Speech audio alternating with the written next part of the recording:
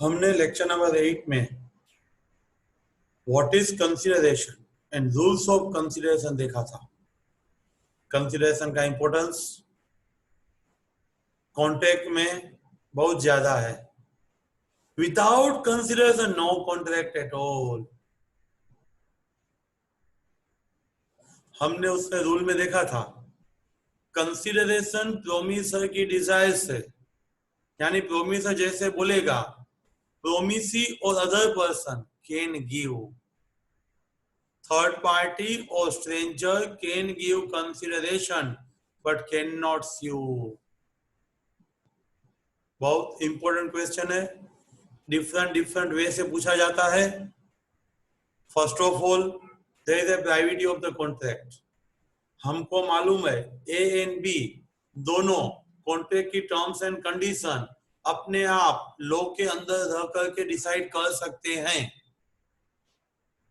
तो ए और बी का प्राइवेसी ऑफ द कॉन्ट्रैक्ट है, C can not interfere, C उसमें दखल नहीं दे सकता है। C can give consideration, hence we are saying that stranger to a consideration। तीसरा व्यक्ति त्याहित व्यक्ति कंसिडरेशन दे सकता है, इसलिए हम बोलते हैं कि स्ट्रेंजर टू ए कंसिडरेशन।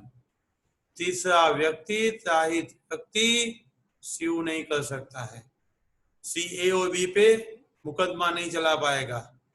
इसीलिए स्ट्रेंजर टू ए कंसिडरेशन सही है, स्ट्रेंजर टू ए कॉन्ट्रैक्ट सही नहीं है। हम एग्जाम में exception to the stranger to a contract, उसका मतलब क्या हुआ, कौन सी सिचुएशन में परिस्थिति में तीसरा व्यक्ति भी मुकदमा चला सकता है, स्यू कर सकता है। ए और बी का प्राइवेसी ऑफ द कॉन्ट्रैक्ट है, तभी भी कौन सी परिस्थिति में सी यानी थर्ड पार्टी यानी स्ट्रेंजर वो स्यू कर पाएगा। सिंपल वर्ड्स में बोलो, जो कॉन्ट्रैक्ट की पार्टी नहीं है वो भी कौन सी सिचुएशन में मुकदमा चला पाएगी, स्यू कर पाएगी, उसके लिए पूरा आपको एक्सेप्शन का लिस्ट दिया हुआ है। पहले एक्सप्लेन किया है privacy of the contract. P है, उसे क्यू को मनी पे करना था, P indebted to Q. P sells property to the R, P को क्यू को मनी पे करना था, पी ने आर को प्रॉपर्टी बेचा। पी ने आर को बोला अरे आर तो क्यू को पेमेंट कर देना, आर ने बोला यस मैं कर दूंगा। बाद में आर ने क्यू को पेमेंट नहीं किया, क्यू आर पे स्यू नहीं कर पाएगा, क्यू है वो स्ट्रेंजर है, लेकिन पी है ना वो आर पे स्यू कर पाएगा। पी क्यू को मनी पे करना था, पी ने आर को प्रॉपर्टी बेचा, आर को बोला क्यू को पे करना, आर ने पे नहीं किया, Q can not sue, only P can sue because there is a privacy of the contract between P and R also. In which situation third party can sue? सबसे पहला example ले लो, जैसे company का creation law से होता है और promoter करता है, वैसे ट्रस्ट का सर्जन वो सेटलर करता है। जिसके दिमाग में ऐसा सोच आता है हमें ट्रस्ट बनाना है, तो ट्रस्ट बनाने की फॉर्मेलिटीज करता है, उसे सेटलर बोलते हैं। वेल नोन ट्रस्ट का जो ट्रस्टी था, सेटलर था, उसने सेटलर ने जामनगर में बड़ा सा ट्रस्ट बनाया। ट्रस्ट बनाने के बाद वो अमेरिका चला गया, यहाँ पे उन्होंने 3 ट्रस्टी अपॉइंट कर दिया। सेटलर विदेश में है, ट्रस्टी जामनगर में है, सेटलर ने ट्रस्टी को बोला है, सेटलर ने मनी भेजा है, सेटलर ने एग्रीमेंट किया है, सेटलर ने ट्रस्टी को बोला है 1 साल के अंदर मुझे पूरा कॉलेज सेंट्रल एसी चाहिए। There is a contact between the settler and trustee, but विद्यार्थी, लाभार्थी, स्टूडेंट 1 साल में सेंट्रल एसी नहीं होगा तो ट्रस्टी पे स्यू कर सकते हैं। किसी ट्रस्ट में इन्हें मनी दिया, उन्होंने बोला ये जो कोरोना का चल रहा है तो इतने एरिया के गरीब लोगों को आप खाना खिलाना। मनी देने वाला दे के चला गया, तब वो जो बेनिफिशियरी है ना, पुअर पीपल है ना, वो ट्रस्टी पे स्यू करेगा क्योंकि वो बेनिफिशियरी है. Although there is a contract between settler and trustee, but beneficiary, although third party, although stranger, can sue on the trustee. Student of the college can sue the trustee. Whatever decided by the settler and trustee, it should be completed. So first example में beneficiary है, वो trustee पे sue कर सकता है. Second example, पारिवारिक कोई भी करार है, कुछ डिसाइड किया हुआ है, सेटलमेंट किया हुआ है, वो पारिवारिक करार, पारिवारिक कॉन्ट्रैक्ट, वो परिवार के बेनिफिट के लिए किया गया है. परिवार का कोई भी सदस्य वो पारिवारिक जो कॉन्ट्रैक्ट है, सेटलमेंट है, कर्ता एंटर में हुआ है, तभी भी ये मेंबर स्यू कर पाएगा. Members of the family can sue for the family contracts. Karta family के बेनिफिट के लिए जो कॉन्ट्रैक्ट में एंटर हुआ है उसका इन्फोर्समेंट, उसका अमलीकरण एचयूएफ का कोई भी मेंबर करवा सकता है. बाद में जब परिवार का विभाजन होता है तब महिला सदस्य अपने शादी का खर्च अलग रखवा सकती है. Provision of marriage expense raised during the partition of HUF, female member can enforce. जब एचयूएफ का पार्टीशन हो रहा है, फीमेल मेंबर बीच में आएगी, बोलेगी मेरी शादी बाकी है, उसका खर्च अलग रख दो. वरना मेल मेंबर सामने बैठ के सेटल कर रहे थे, वही कॉन्ट्रैक्टिंग पार्टी थे, तभी भी फीमेल मेंबर अपने एक्सपेंस जो शादी के हैं वो अलग रखवा सकती है. असाइनमेंट ऑफ कॉन्ट्रैक्ट, इंपॉर्टेंट चीज क्या है? What is the assignment? A ने बी को काम दिया था, बी ने सी को दे दिया, that is assignment.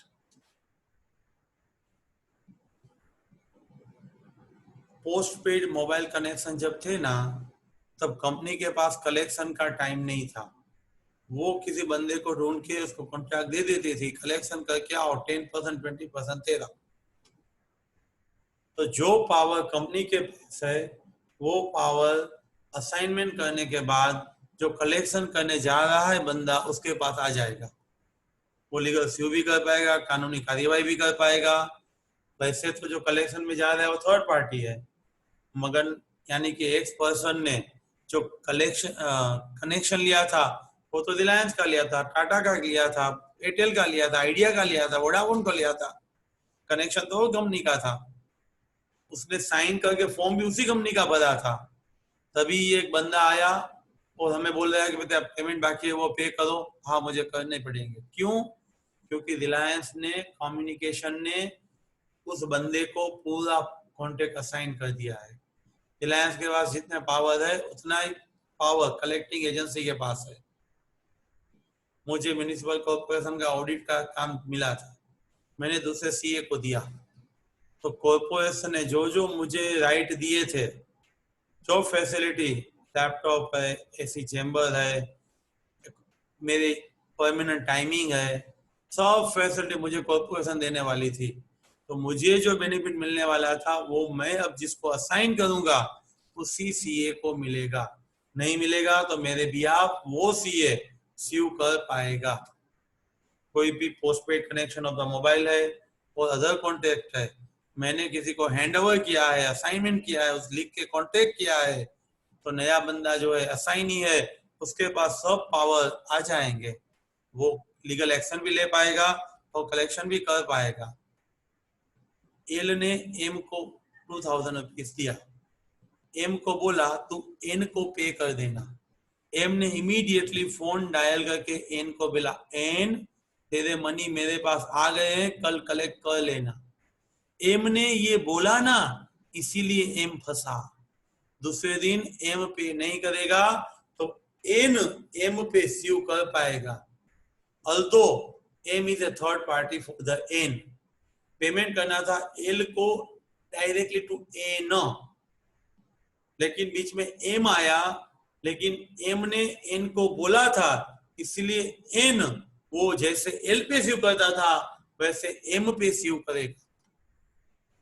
L was required to pay to N.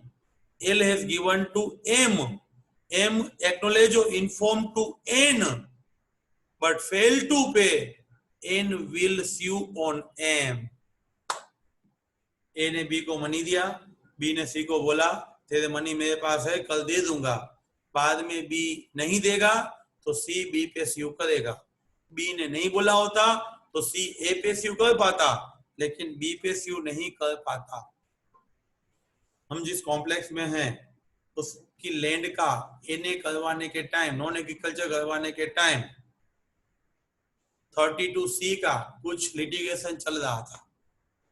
Complex बन गया, ऑफिस बन गई, और सभी ऑफिसों का जो दस्तावेज बना, जो दस्तावेज में लिखा हुआ है 32C 32C का जो निर्धारित डिसीजन आएगा वो परचेसर को अप्लाई होगा। इस short succession of the seller will be purchaser. Purchaser of the land is liable for the agreement attached with the land. Land के साथ जुड़े हुए जितने लिटिगेशन है, लैंड के साथ जुड़े हुए जितने लीगल एक्शंस है, वो सब परचेसर को अप्लाई होगा, subject to purchaser was informed at the time of purchase. Seller ने परचेसर को बताया होना चाहिए कि तुझे अभी ये केस हैंडल करना है। तो अभी परचेसर थर्ड पार्टी था, तभी भी सेलर रिस्पॉन्सिबल नहीं होगा, परचेसर रिस्पॉन्सिबल होगा। आपको मालूम है एजेंट प्रिंसिपल के बिहाफ कोई भी कॉन्ट्रैक्ट करता है, पर्सनल नाम से नहीं करता है, अपने अथॉरिटी में रह करके करता है, तो प्रिंसिपल लायबल होता है। Principal can enforce the contract entered by the agent if it is within the apparent authority and with the name of principal। उसकी स्पष्ट सत्ता थी, उसने बोल ही दिया था मैं तो एजेंट हूँ, प्रिंसिपल के बिहाफ में कर रहा हूँ, तब एजेंट कहीं पे भी लायबल नहीं होगा। Agents against principal, agents against third party will not be liable. Principal liable, agent contract में एंटर हुआ है तभी भी प्रिंसिपल लायबल होगा। नाउ नेक्स्ट टॉपिक, हमने ऐसा बोला था विदाउट कंसिडरेशन कॉन्ट्रैक्ट नहीं है, यहाँ पे एक्सेप्शन अपवाद दिए हुए हैं। कई संजोगों, कई परिस्थितियां ऐसी है जहाँ पे विदाउट कंसिडरेशन भी कॉन्ट्रैक्ट वैलिड है। सबसे पहले नेचुरल लव एंड अफेक्शन, आपको मालूम होना चाहिए जहाँ प्रेम और स्नेह है वहाँ कंसिडरेशन नहीं है, तभी भी कुछ बोला है तो हमें करना पड़ेगा। हस्बैंड ने जब वाइफ को बोला इस बर्थडे को इस ईयर मैं तेरे लिए नेकलेस लेके दूंगा, तो हस्बैंड को लेके ही देना पड़ेगा। सब्जेक्ट टू, रिमेंबर, वाइफ ने लिखवाया होना चाहिए और रजिस्टर्ड करवाया होना चाहिए। रिटर्न एंड रजिस्टर्ड है तो नेचुरल लव एंड अफेक्शन में आपको कंपल्सरीली विदाउट कंसिडरेशन परफॉर्म करना पड़ेगा। हस्बैंड जो बोलता है वाइफ ने लिख लिया तो रजिस्टर के बाद रजिस्टर करवा लिया, तो हस्बैंड है वो जो बोला है वो सब वाइफ के लिए करेगा, अल्सो विदाउट कंसिडरेशन। जहाँ नियर रिलेशन है वहाँ कंसिडरेशन की जरूरत नहीं है। नियर रिलेशन में लेने वाला बंदा जब लिख के रजिस्टर करवा के कुछ भी बोलता है तो उसको करना ही पड़ेगा। क्वेश्चन में अराइज, जहाँ नेचुरल लव एंड अफेक्शन है वहाँ रिटर्न एंड रजिस्टर की जरूरत क्या है, लेकिन लोगों ने बोला है आपको स्यू करना है तो रिटर्न एंड रजिस्टर्ड एग्रीमेंट हुआ है तो ही नियरेस्ट पार्टी है वो दूसरी पार्टी पे स्यू कर पाएगी। इसीलिए आपको जहां पे ऐसा लगता है कि ये बंदा चेंज हो जाएगा वहां पे लिखवा लो और रजिस्टर्ड करवा लो। तो दशरथ तो कई का टाइम था तब नोटरी पब्लिक नहीं था, इसीलिए रजिस्टर नहीं करवाया होगा। और दशरथ ने बोला था भरत को राजगादी और राम को वनवास, due to nature love and affection to Kaikai, it must be enforced without consideration। वो इन्फोर्स हुआ ही था, उस टाइम पे रजिस्टर्ड नहीं था क्योंकि नोटरी पब्लिक नहीं था। आज दशरथ आएगा, आज कई आएगी ना, दशरथ बोलेगा ना भरत को राजगादी और राम को वनवास, तो कई कागज लेके आएगी, लिखेगी और रजिस्टर्ड करवाएगी, कोई वैल्यू नहीं। In natural love and affection registered है, रिटर्न है, तो कंसिडरेशन की जरूरत नहीं है। पास वॉलंटरी सर्विसेज, हमने अगले लेक्चर में 2 एग्जांपल देखे थे, शूज पुलिस एंड जो कार का कांच है उसका क्लीन करना। मैं बैठा हूं, मैं देख रहा हूं, मेरी डिजायर है, कोई छोटा बच्चा मेरा शूज पॉलिश कर रहा है, कोई बंदा आके मेरी गाड़ी का ग्लास है वो साफ कर रहा है, वॉलंटरीली कर रहा है, मुझे मिल रहा है उसका बेनिफिट। मैं उस टाइम पे एग्जिस्ट भी था, मेरा अस्तित्व था, मैं देख रहा था। उसने स्वैच्छिक किया है, मेरे लिए किया है, मैंने उसको देख रहा हूं और मैंने उसको नुकसान भरपाई का कंपेंसेशन का वचन दिया हुआ है। although no contract but it is valid, I have to pay। स्पष्ट क्लियरली उसने स्वैच्छिक किया है, मेरे लिए किया है, मैंने उसका बेनिफिट एंजॉय किया है, मैं देख रहा था, तो मैं उसका नुकसान भरपाई कंपेंसेशन उसके प्राइस में पे करूंगा, उसकी कीमत, उसका मूल्य मुझे पे करना पड़ेगा। Past voluntary services, I enjoy the benefit, मैंने बेनिफिट एंजॉय किया है तो मैं पे करूंगा। टाइम बाय डे, आप किसी को गुड्स बेचो, आप किसी को सर्विस प्रोवाइड करो और बाकी में प्रोवाइड करो, क्रेडिट पे प्रोवाइड करो, तो 3 साल में कलेक्ट कर लो वरना स्यू कर दो। After 3 years you can not sue. 3 साल हो जाने के बाद आप मुकदमा नहीं चला पाओगे। टाइम बेड लिमिटेशन एक्ट है ना, उससे बोला है कोई भी डेट 3 साल में रिकवर हो सकता है। लिमिटेशन एक्ट, अवधि, मर्यादा, लिमिट दिया हुआ है। लेकिन आफ्टर 3 years, समझ लो आपका फाउंडेशन काफी बाकी है, 3 साल के बाद आप मुझे रिसेप्शन में मिलोगे, आपकी फाइनेंशियल सिचुएशन अच्छी है, सीए बन गए हो, तो आप बोलोगे नहीं सर अभी मैं आपका 3 साल पहले का फीस बाकी है ना, मैं आपको अभी लिख के दे देता हूँ, कल पे कर जाऊंगा। तो दूसरे दिन वो पे नहीं करेगा तो मैं उस पर सीव कर पाऊंगा, लिख के दिया ना, इसीलिए आफ्टर 3 years कोई लिख के एग्री होता है तो वैलिड है, आप सीव कर सकते हो। तो वही एग्जांपल आपको यहाँ दिया है, after 3 years met at reception or you return the promise and I receive it, if you are not paid on next day I will sue on you। Agency, पुरानी एजेंसी होती है ना, उसमें कंसिडरेशन होता है, नई नई एजेंसी को लेने के लिए भी तैयार नहीं है तो उसमें कुछ कंसिडरेशन का चांसेस ही नहीं है। पार्ले-जी, ब्रिटानिया, हिंदुस्तान लीवर, वो सबका कंसिडरेशन होता है। भारत डी नया लॉन्च हुआ, कौन लेगा भाई? उस टाइम पे फ्री ऑफ में आप एजेंसी देते हो अपने बिजनेस का ग्रोथ प्रमोट करने के लिए। उससे आपने एजेंसी देने के बाद लिख के दिया था मैं इस डिस्ट्रिक्ट में और किसी को नहीं दूंगा, मैं 5% कमीशन पे करूंगा। अल्दो उस बंदे ने मुझे कुछ पे नहीं किया है, मैंने उसको मेरा एजेंसी दिया, तब जो एग्रीमेंट किया वो मुझे फुलफिल करना पड़ता है।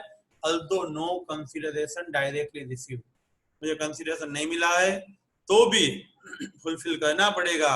एजेंसी विदाउट कंसिडरेशन वैलिड है। कंप्लीटेड गिफ्ट, आपकी कॉलेज में बीएड स्टार्ट करना था, मैंने बोला बीएड स्टार्ट कर दो, जितना एक्सपेंस है मैं पे कर दूंगा। बाद में मैं मना नहीं बोल सकता, मेरे बंदूक खंबे पे बंदूक रख के ही बीएड स्टार्ट किया है, सब कॉन्ट्रैक्ट एग्रीमेंट परमिशन किया है, एक बार मैंने बोला तो मैं मना नहीं बोल सकता। 5000 लोग बैठे थे, मेरी बड़ी बड़ी बातें की, ऐसा बोला वो इतना इतना डोनेट किया हुआ है, तो 5000 लोगों के बाद में बीच में मुझे पूछा सर अभी आप क्या डोनेट करोगे, मैं क्या बोलूंगा, चलो लिखो 5 लाख, तो नीचे उतरने के बाद मैं मना नहीं बोल सकता। कॉम्प्लीटेड गिफ्ट है तभी भी मुझे पेमेंट करना है, उनके बेस पे जो डोनी है उसने कई सारे प्लानिंग कर लिए हैं, इसलिए कॉम्प्लीटेड गिफ्ट बोलने के बाद पे करनी पड़ती है। बेलमेंट आईपीसीसी में आएगा, इंटरमीडिएट में, किसी भी पर्पस के लिए हमारी चीज दूसरे को देना, like garage, courier, finder of the goods, वो सब बेलर है, वो दूसरे की चीज ले रहे हैं तो अच्छी तरीके से संभालेंगे। गाड़ी रिपेयर करवाने के लिए गैरेज वाले को दिया, यहाँ से अहमदाबाद गुड्स भेजने के लिए कुरियर और ट्रांसपोर्ट में दिया, वो बेलमेंट है, ट्रांसपोर्ट वाले को गुड्स संभालना है। मेरी सोने की रिंग गुम हो गई, एक्स को मिला तो एक्स को वो रिंग संभालना है, वो फाइनल ऑफ द गुड्स है, मुझे दूसरे दिन देना है। वो निग्लिजेंसी करेगा, उससे गुम हो जाएगी रिंग, तो उसका पेमेंट वो मुझे कर पाएगा, उसको करना पड़ेगा। इसीलिए bailment means goods given to others for any purpose. Garage में रिपेयर करवाना, कुरियर में ले जाना, under no consideration required, goods should be return by the bailee to the bailor. Finder of the goods में दूसरे दिन ऐसा नहीं बोलेगा 5,000 दो तो ही रिंग दूंगा, ऐसा नहीं बोल सकते। बेलमेंट में कंसिडरेशन हो भी सकता है, नहीं भी हो सकता है। वॉलंटरीली बेलमेंट है, फाइनल ऑफ द गुड्स है तो कंसिडरेशन नहीं है। रिपेयर है, कुरियर है तो कंसिडरेशन है। हमारी चीज जिसके पास है वो बेली है, हम बेलर है। बेली हमारी चीज का सही तरीके से संभाल करेगा, देखरेख करेगा। चैरिटी, अभी कोई धर्मशाला है उसमें बोलूंगा 10 बच्चे को रख लो, मैं उसका बुक्स तो खाने का एक्सपेंस दूंगा। वो 10 बच्चे को रख लेगा तो मुझे एक्सपेंस पे करना ही पड़ेगा, नो ऑप्शन। एक बार मैंने बोला मेरे बेस पे ही इन लोगों ने 10 बच्चे को रखा है, although no contract, although no consideration, but charity is valid. Nature, love and affection, past voluntary services, completed gift, bailment, charity, agency, इस सभी में कंसिडरेशन की जरूरत नहीं है। विदाउट कंसिडरेशन कॉन्ट्रैक्ट वैलिड है। फ्रेंड्स बने रहिए मेरे साथ, हर एक टॉपिक के इजी लैंग्वेज में आपको वीडियोस मिलते रहेंगे। So don't forget to subscribe this channel, share these videos to each your group, and always remember listen the video from first, then only you can understand. किसी के tuition class में जाके बीच में बैठोगे तो क्या समझ में आएगा, ऑनलाइन वीडियो में आप ऐसे करते हो। इसीलिए ऑनलाइन वीडियो में आपको घर पे बैठना है और फर्स्ट लेक्चर से सुनना है, चैप्टर के फर्स्ट लेक्चर से सुनना है तो ही समझ में आएगा। So friends, thank you very much. Get the benefit. Thank you very much.